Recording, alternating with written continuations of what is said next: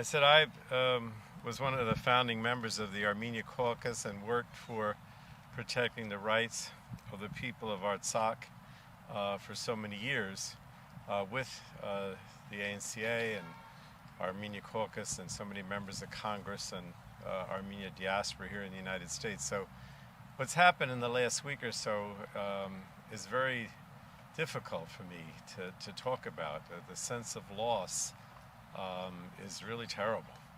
And I have to say that with the ANCA and other organizations, we have been trying to put the clarion call out for a number of years, and particularly in the last 6 months, that Aliyev and Azerbaijan's goal was to ethnically cleanse Artsakh. In other words, basically get rid of all the Armenians, take their land, and force them to flee, if not be killed in the process. And that's exactly what we're seeing unfold. So I would say maybe three things. One is we have to do whatever we can so that the people of Artsakh, if they decide to leave, have a way of doing so without being killed, without being hurt. At the same time, for those who would like to stay, they should be able to. They should be able to keep their homes and their lands and their property and feel safe. And the only way, in my opinion, that that's going to be accomplished is through some international intervention. That's not going to be accomplished because of some paper agreement, if they even do have a paper agreement that Azerbaijan decides to negotiate. It's got to be through international efforts, international humanitarian efforts to make sure that the people have food and they're safe, and if they want to leave, that there's a way to do so without being hurt or harmed, and guarantees for their property as well as their lives, and that can only be done through some sort of international force that comes in to Artsakh and can defend them in some way from Aliyev and Azerbaijan. So that's what we're trying to achieve, and we've been calling upon the State Department and the Biden administration to try to accomplish that.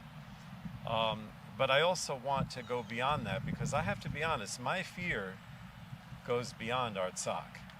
It was only a few days ago that in, I don't know if I'm pronouncing it, Nyachevin, that which was like Artsakh, was an Armenian territory at one time that Aliyev years ago, Aliyev the father, years ago ethnically cleansed.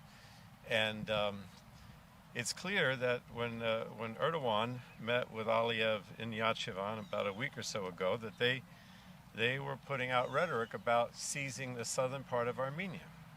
They talked about the rail corridor. They said that there was a forced agreement with Armenia and Artsakh after the 2020 war that allowed them to have transit through the corridor.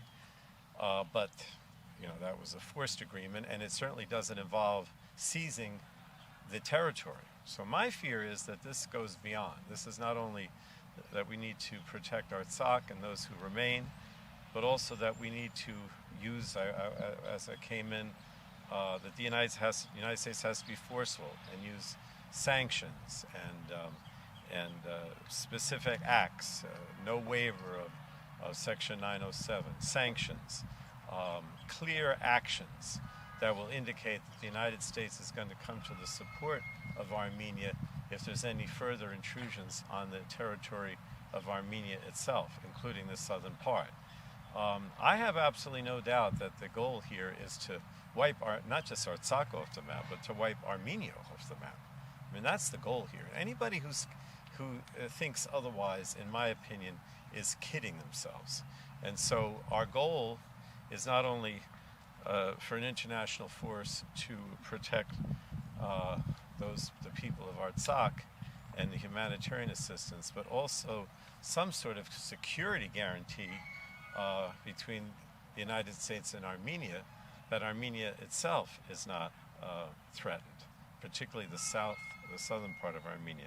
Now, I'll just say one more thing, and that is that when we were in Yerevan about a year ago with Nancy Pelosi and Anna Eshoo and Jackie Spear, we were there.